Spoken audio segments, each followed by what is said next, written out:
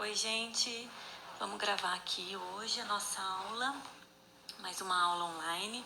Essa aula, variáveis qualitativas e quantitativas e tipos de amostragem.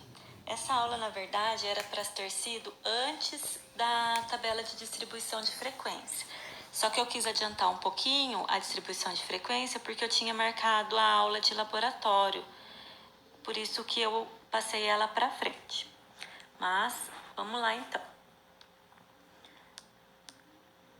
Então, as variáveis qualitativas e quantitativas.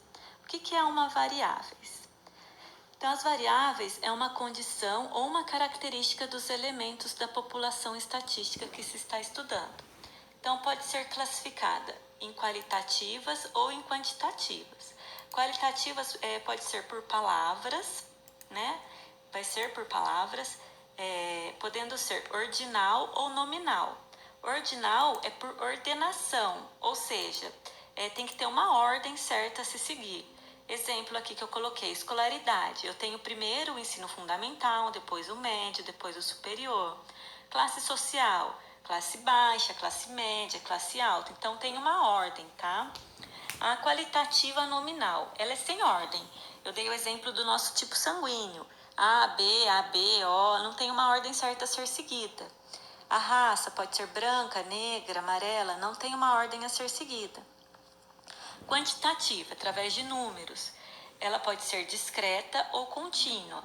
A discreta, ela é por números natural. Por exemplo, o número de filhos. Você não vai ter um filho e meio. Um filho, vírgula 3. Não, você vai ter um filho, 2 filhos, 3 filhos. Contínua pode ser com números decimais.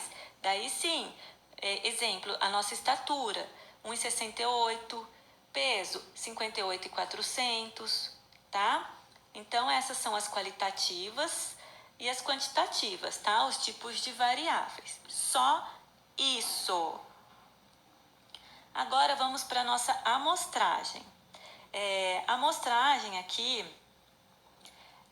em várias ocasiões, há de proceder à coleta de dados diretamente na origem, isto é, dos sujeitos com que pretendemos realizar determinados estudos.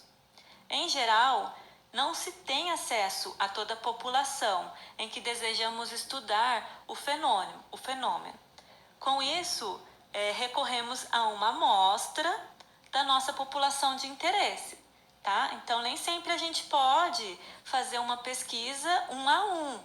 Então, a gente pega uma amostra dessa população que desejamos pesquisar, tá? Então, a gente vai ter estatísticas amostral que utiliza técnicas de amostragens. E a gente vai ver que técnicas são essas. Então, alguns conceitos aqui. População total de interesse sobre o que desejamos obter informações. Característica populacional é o aspecto da população que me interessa. Unidade amostral deve ser definido de acordo com o interesse do estudo, podendo ser uma peça, um indivíduo, uma família, uma fazenda, tá? A escolha deve ser feita logo no início da nossa investigação. A amostra, ela é um conjunto formado por um subconjunto da população. Podemos ter erro amostral, é a diferença entre um resultado amostral e o verdadeiro resultado populacional. E o censo, que é exame de todos os elementos da população. Ele estuda 1 a 1, né? Então, só relembrando, eu já passei esse slide aqui, exatamente esse, na nossa primeira aula de introdução à estatística, relembrando aqui os termos de uma pesquisa estatística. Então, população e amostra. Então, ao conjunto ou grupo de indivíduos que possuem pelo menos uma característica em comum, denominamos população estatística ou de universo estatístico. A amostra é o subconjunto finito e não vazio de uma população estatística. Daí lembra que eu dei exemplos de população e amostra? Então, olha, estudantes que constituem a população, pois apresentam pelo menos uma característica em comum, que eles são estudantes, né?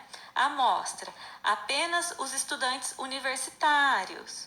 Os brasileiros que votam nas últimas eleições. Amostra: apenas os eleitores do sul do país.